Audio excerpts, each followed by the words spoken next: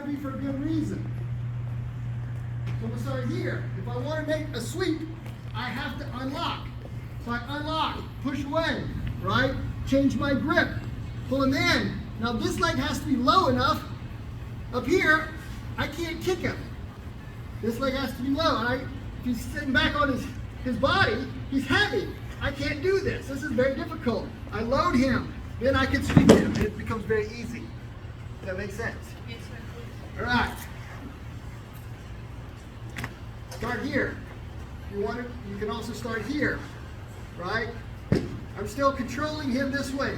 This is better. I'm ready to move. Get to my side. I can't do this move on my back. Okay, if I do this, right? I just don't have any kind of leverage at all. This will not work. Here, control, pull. See how he's now on my leg. Then I lift him and I kick. Does that make sense? We got that basic idea? Yes, sir. That's the premise. All right. Same drill. If you want to do kick out, let go. Push out. I set this foot to his knee. This is still in place, but I'm not kicking him, so to speak. I'm holding him with this ankle. I start to kick, and then I pull this arm hard. I break down his stance. It pulls me onto the top when he falls. Does it make sense? Sure. I wouldn't do this. Because now he can just get up.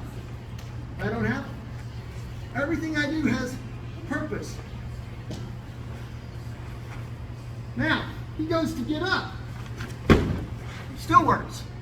Because I was still controlling him. Okay? Alright. Those are the two most basic ones. If you guys decide to change, remember, I'm going to make a grip. Somehow. Let's say I'm going to go stick with wrist, body, right? I move to here, and I put my feet on his hips. Can he stand up?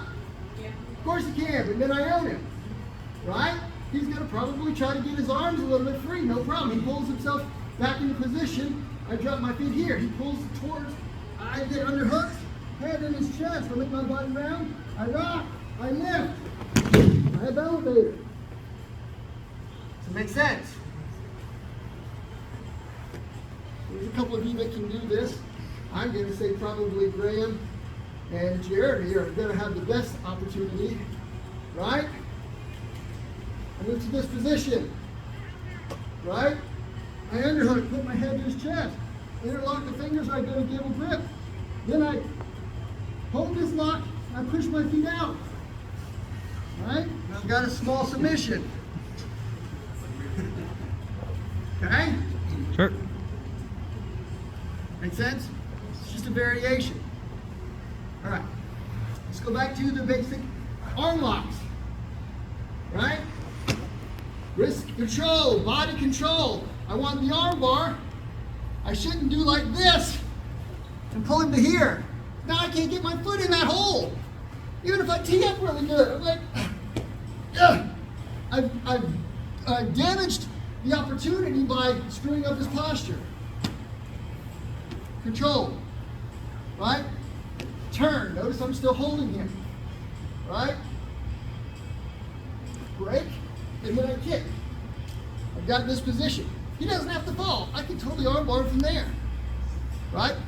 I can roll him, and I can armbar from here as well. Does that make sense? My buddy Bill McCombie says, this is how us fat guys do it. I'm not a fat guy, how would I know? But I liked what he did. Instead of teeing up, which looks like this, which is something that people that maybe are a little bit leaner can do easily, and maybe heavier guys struggle with, Bill says, put your feet here, push him away, and then kick over and pull him into it. That's fine. If it works for you. But one way or the other, I'm controlling until I'm not controlling. Right? Everybody see how I go from here to here? Now, this is still not the arm bar. I've got to really control him to get this foot back into play. Then I can arm lock it from there. Do all of those little pieces make sense? Who thinks probably I've missed a few of those key pieces? Anybody? All right, let's talk about Kimura locks real quick. control. If he's got really good grip, and I do this, I'm probably not getting Kimura lock. Because the defense is to hold on to something. He's already holding on. Control. Break. Right? I move to this position, now I come over and make this grip. Notice I'm still holding. I'm controlling him here. I'm squeezing him a lot. Now, all you guys are doing this, you're pumping water. You're like, oh, if I move it far enough, that really doesn't hurt Alex, right? Trust me, he will tap if I hurt him. And I'm really pulling. Watch. I lock his arm to my chest. Still, he can move his shoulder, but watch. I stretch him out. Now he taps. You know, I took all the slack out of the arm. All right. In the event that he's foolish enough to put the hand on the ground, that's a gift. I'm just going to use my knee. Push, pull. The knee pulls him forward, the hand pushes away, he loses his base, I lock it, and I grab it. That makes sense? All right. Lots of ways you guys can get into this Kimura lock. Right? Backwards.